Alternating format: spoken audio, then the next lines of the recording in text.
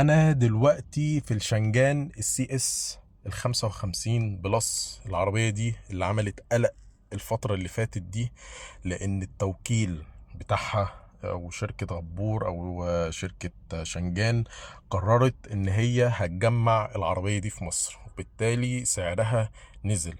العربية دي بتنزل بموتور 1500 تربو، بيولدوا 185 هورس باور مع عزم دورات 300 نيوتن متر.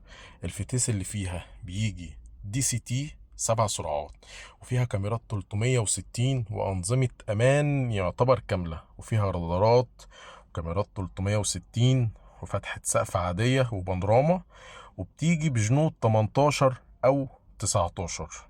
ليه؟ لأن العربية دي بيجي بفئتين، في فئة بتنزل ب4 ايرباج، وفئة التانية بتنزل ب6 ايرباج، وفيها طبعا كل أنظمة الأمان اللي انت ممكن تحتاجها. وانا شايف فعلا ان العربية دي احسن عربية اس يو في موجودة في مصر دلوقتي، في رينج ال1,100,000 وشوية او 1,200,000 وشوية يعني. فاللي عايز عربية اس يو في عالية عن الارض بسعر كويس، طبعا صيني، بس طبعا هي بضمان غبور، فيفكر في الشنجان السي اس ال55 بلس.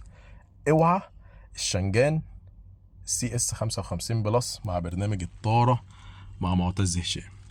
لايك وفولو وشير كده، اوعى.